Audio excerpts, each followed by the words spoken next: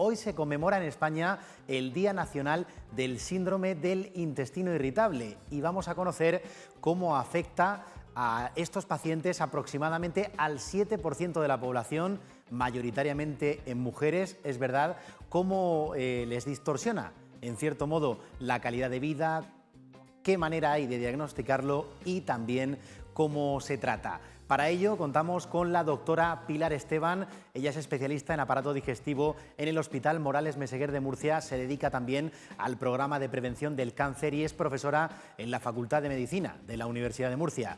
Pilar, bienvenida, muy buenas tardes. Hola, muy buenas tardes. Un placer colaborar con ustedes y agradecerle la difusión que le quieren dar a esta patología que tan frecuente es en nuestra sociedad. ¿Cuáles son los principales motivos por los que cualquier paciente puede acudir principalmente a su médico de atención primaria a la hora de notar ciertos síntomas del intestino o el colon irritable? Pues este síntoma es un trastorno funcional que se caracteriza. El síndrome principal es el dolor abdominal. Suele ser un dolor centroabdominal de tipo cólico, de tipo retortijón y que se suele asociar con alteraciones en las deposiciones. Bien porque hay un cambio en la frecuencia de las deposiciones por exceso o por defecto o porque hay un cambio en las consistencias de las deposiciones. Y suele ser, pues es el motivo, dolor abdominal con tendencia o a la diarrea. Nosotros lo clasificamos como síndrome de intestino irritable o con tendencia a la diarrea o con tendencia al estreñimiento o de tipo mixto cuando alterna periodos de estreñimiento con periodo de diarrea. Pero el dolor abdominal con tipo cólico o tipo retortijón es el síntoma cardinal. Principal, ¿no? Sí. ¿Y este síndrome del colon irritable se hereda? ¿Tiene algún componente genético también o hay cierta predisposición por parte de determinados pacientes? Sí, no tiene un comportamiento hereditario, no es una patología que se herede, pero sí que está relacionado con muchas alteraciones en estilo de vida. Puede relacionarse también con alteraciones en la alimentación, alteraciones en la microbiota. Entonces, puede darse la circunstancia de que varios familiares tengan síntomas parecidos, pero como consecuencia de esas que comparten esas alteraciones o desequilibrios en su estilo de vida, pudiera ser el caso. Pero heredarse no se hereda. Decía yo antes que afecta en mayor medida a las mujeres que a los hombres. ¿Por qué motivos? Bueno, pues eso no está claramente descrito, a lo mejor es porque las mujeres consultan más, pero sí que es verdad que los estudios epidemiológicos describen una proporción de 3:1 con mayor en las mujeres que en los hombres. Y suele ser también una patología que suele darse en la mediana edad, ya en la adolescencia o en mujeres de mediana edad mayoritariamente, pero también los hombres la padecen. No es exclusiva de las mujeres. Sin duda que sí. De hecho, por ejemplo, en los datos acerca del cáncer de colon, ya no intestino irritable, sí que indica mayor predisposición del hombre que de la mujer, ¿no? Sí, en el cáncer de colon, sin embargo, hay una mayor tendencia que sea en el sexo masculino. Sí, mayoritariamente para casi todos los tumores, los hombres tienen mayores factores de riesgo de predisposición al cáncer frente a las mujeres. Volviendo a la irritabilidad intestinal, ¿cuáles son los factores que hacen que aparezca esta patología?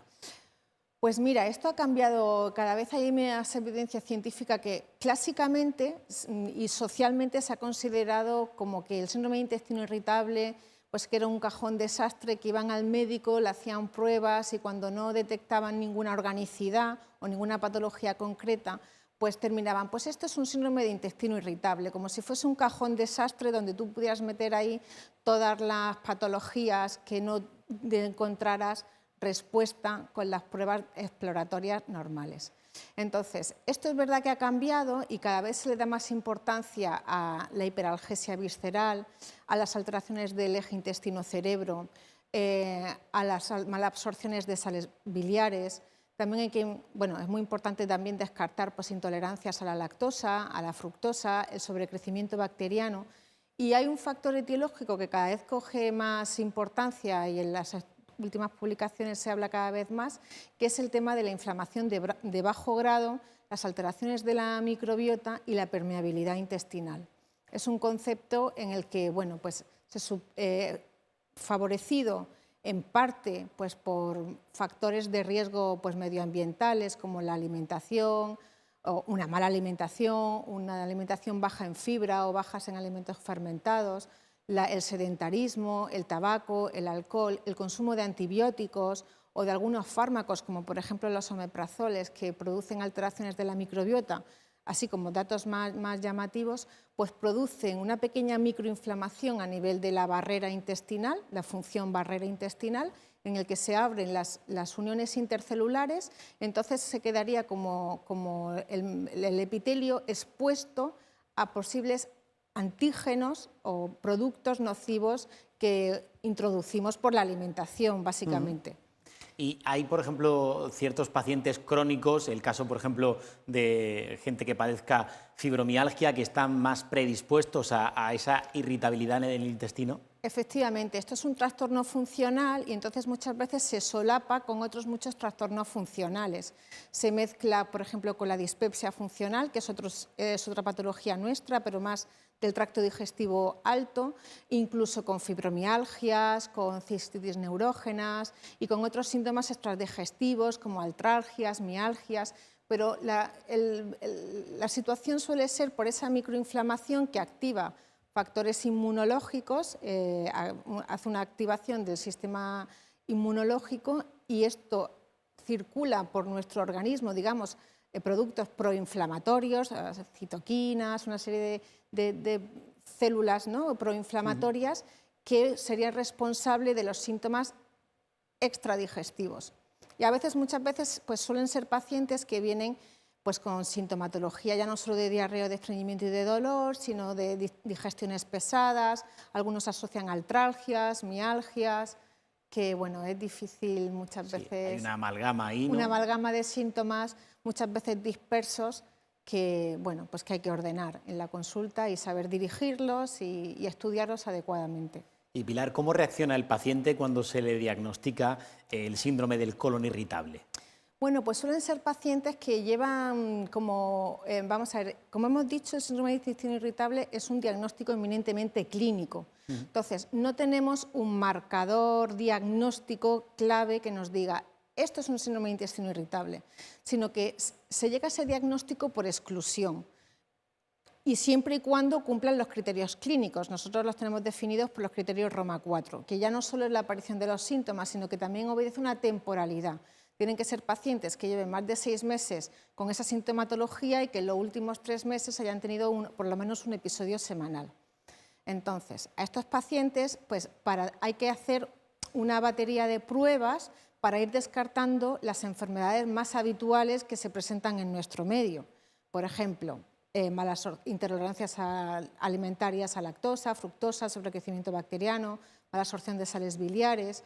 Si tienen datos de alarma o alguna cronicidad, se les suelen indicar estudios endoscópicos. Entonces, es cuando vamos excluyendo todas estas patologías y diagnosticamos el síndrome de intestino irritable, pues el paciente a veces lo entiende mal, porque habitualmente les gusta que a sus enfermedades les pongamos nombre y apellidos concretos de algo tangible, ¿no? Es decir, si me han diagnosticado una úlcera, pues como que yo ya tengo una cosa a la que puedo... pues tengo una úlcera, claro, pues por eso tengo este síntoma, tengo esto.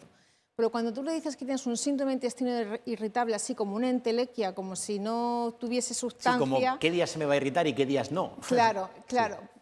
Entonces, a veces pues lo entienden mal y es que...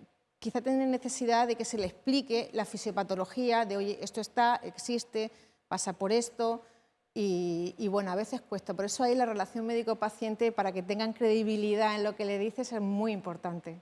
Fundamental.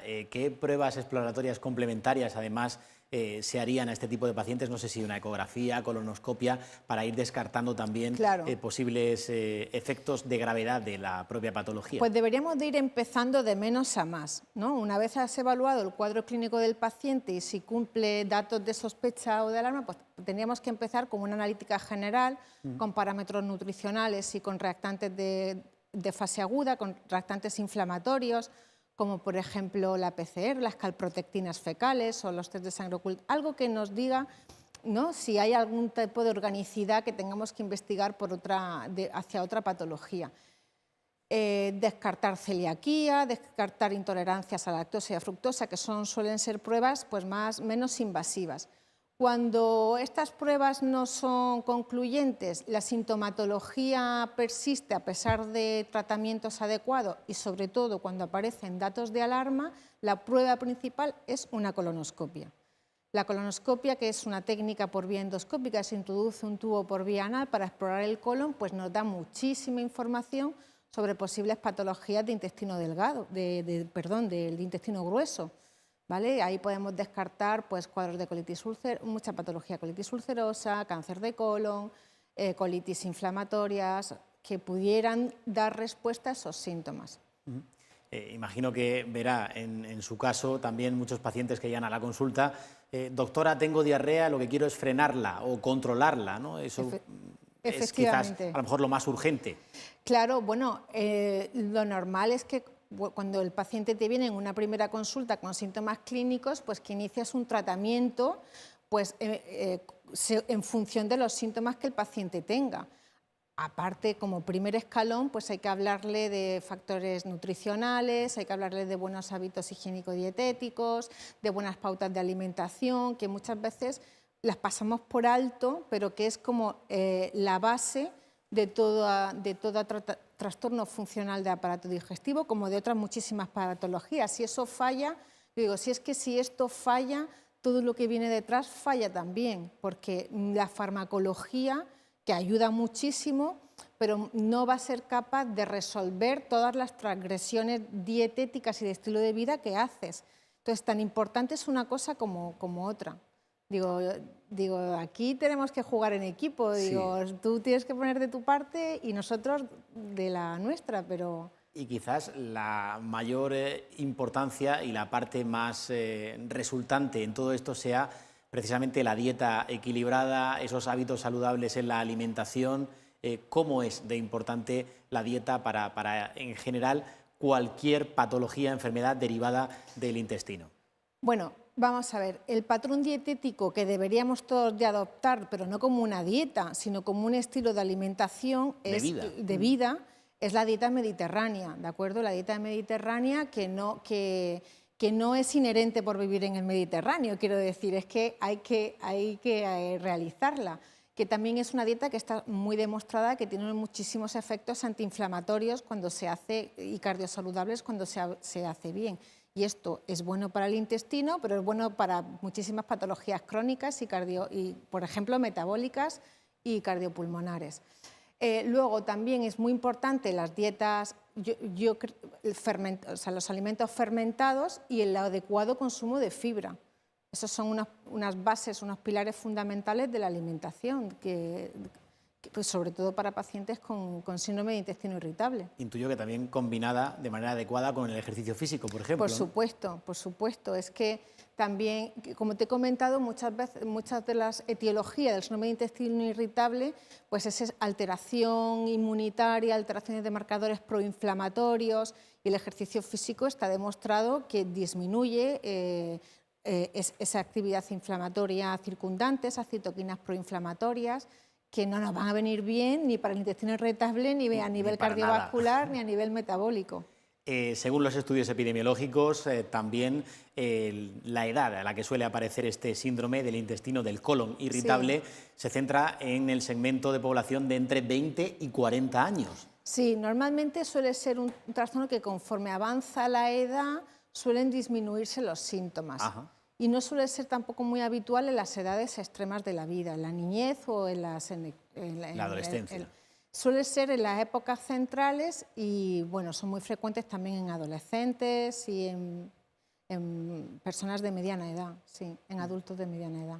Por eso hay que controlarse, también al menor síntoma acudir al médico de cabecera, en la atención primaria está la clave muchas veces, ¿no? También. Por supuesto, la atención primaria es un pilar fundamental de nuestro sistema sanitario y son ellos los que hacen una primera evaluación de la sintomatología del paciente y ya suelen derivar hacia los hospitales o a las consultas de aparato digestivo pues pacientes que tienen una serie de datos de alarma que precisan un estudio más completo. pero... Acerca de este síndrome de colon irritable, hay muchísimos bulos también por internet, porque muchas veces el paciente dice, bueno, esto es una simple gastroenteritis o me duele el abdomen porque he ido demasiado al gimnasio o por cualquier situación coyuntural de nervios, de estrés, de ansiedad y se va a internet. Y se va a internet y ahí puede encontrar de todo, sí. doctora.